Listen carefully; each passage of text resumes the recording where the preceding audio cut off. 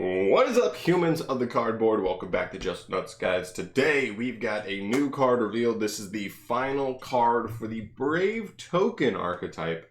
We don't know if that's going to be the official name, but yeah, it's from the new Grand Creators pack, and it's an archetype based around having this one token on your field. And lo and behold, we actually got the card that some of us speculated, and some of us speculated like, no, she's kind of like the dog from Prank Kids. He's not actually going to be a card. He's just part of the lore. But it turns out she actually is going to be made a card.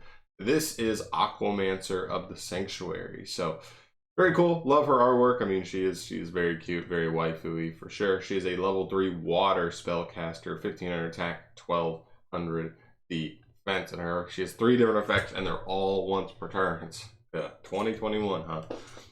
Okay. First effect, if you control a Brave token, you can special summon this card from the hand. Okay, fine. Second effect, you can banish this card from your hand or graveyard to add Rite of Aramesia from your deck or graveyard to your hand. I definitely like that. We had definitely explained that one of the big follies for the deck so far definitely seems to be that they only have the one token generating card. And so for a deck that really, like, every card really needs you to have that token to really be able to do anything with them, we need to have either more consistency in getting to our token generator card or just more cards that get us that token. So not another card that gets us the token, but another card that can get us to the card that gets us a token, which is really cool. So so the idea here is it can either be a token searcher or it could be an additional card that helps you get to like field spells and stuff. There, because the last effect reads, if you control Brave token, you can place one field spell that specifically lists Brave token in its text from your deck straight up into your field zone, face up. So really cool. So like if you're not using it for the second effect, you're definitely going to get a chance to use it for the third. So you definitely got to like that. Also, one thing about the second effect that I like is that this can banish itself from hand or grave. So it's either just like a search for it from hand, or you already have used this earlier in the duel, and as follow-up, you're able to just like get Rite of Aramesia.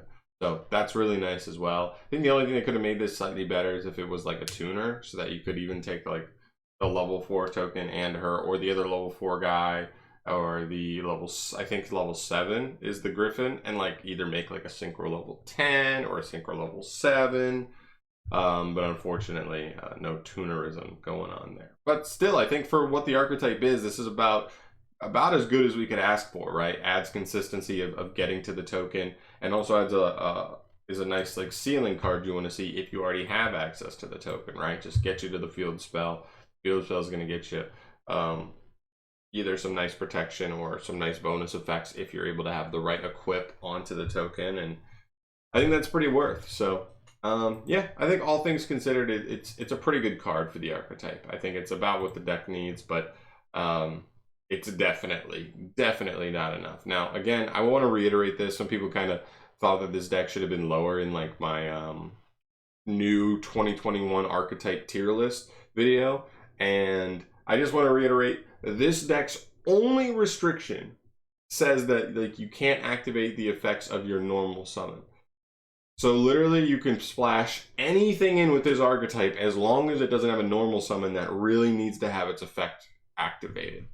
And other than that, this deck actually can do some things. So I don't know, like I definitely think there is some potential there with splashability, and the fact that like you just have a card that searches you a token, and that's the only restriction you have is like, oh, your normal summon can't be too good.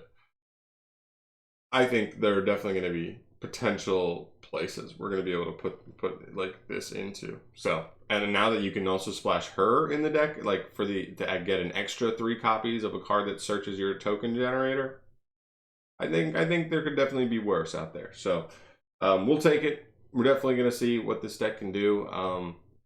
Again, I don't think it's like that great. I just think like some people thought it was like literally bottom of like the worst deck, worse than War Rock, but I'm not so sure about that. So yeah, that's going to do it for me here, guys. Thank you so much for watching. As always, subscribe to the channel if you want to see more Yu-Gi-Oh! News, new card reveal updates and reviews and stuff like that. But also, keep in mind, we're probably going to get the last Exorcister card tomorrow. I think that archetype of the 3 in this deck build pack has the most potential. I know some people have been bashing that archetype too, but I really do think it does have decent potential. I think with like a couple cards and like the one specific card they need, like they could actually be looking at something pretty interesting. But we'll see. We'll see where they go. But yeah, that's going to do it from here. Thank you so much for watching as always. Subscribe if you haven't, all that stuff. And I'll see you in the next one. Peace.